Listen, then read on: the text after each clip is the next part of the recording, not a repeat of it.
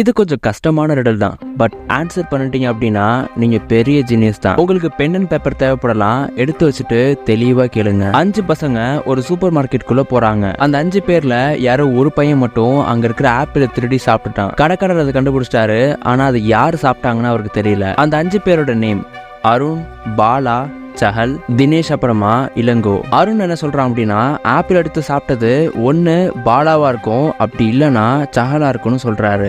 பாலா என்ன சொல்றாரு அப்படின்னா, எனக்கு யார் எடுத்து சாப்பிட்டாங்கன்னு எக்ஸாக்டா தெரியாது, ஆனா நான் சாப்பிடல, அதே மாதிரி இளங்கோவும் சாப்பிடலன்னு சொல்றாரு. அடுத்ததா சஹல் என்ன சொல்றாருன்னா, அருண் அப்புறம் பாலா இவங்க 2 பேருமே பொய் சொல்றாங்க அப்படின்னு சொல்றாரு. தினேஷ் என்ன சொல்றாருன்னா, இப்ப சொன்னவங்கல்ல ஒரு ஆள் கண்டிப்பா பொய் சொல்றாரு, மத்தவங்க சொல்றதெல்லாம் உண்மை அப்படின்னு சொல்றாரு. கடைசியா இளங்கோ என்ன சொல்றாரு அப்படின்னா, தினேஷ் சொல்றது பச்சை பொய். கடை ஓனருக்கு கிடைக்கிற க்ளூ என்ன அப்படின்னா, இந்த 5 பேர்ல 3 பேர் எப்பயுமே உண்மைதான் சொல்லுவாங்க, 2 பேர் எப்பயுமே பொய் தான் சொல்லுவாங்க. இதை வச்சு யார் அந்த ஆப்பிளை திருடி சாப்பிட்டதுன்னு அவரு சொல்லணும். உங்களால அது யாருன்னு கண்டுபிடிக்க முடியுமா? எனக்கு தெரியும் இது கண்டிப்பா குழப்பம் அப்படின்னு. வேணும் அப்படின்னா வீடியோவை பாஸ் பண்ணிட்டு நல்லா யோசிச்சு பாருங்க, இல்லனா இன்னொரு தடவை வீடியோ கேட்டு பாருங்க. ஆன்சரை கமெண்ட் செக்ஷன்ல பின் பண்ணி வைக்கிறேன், செக் பண்ணி பாருங்க.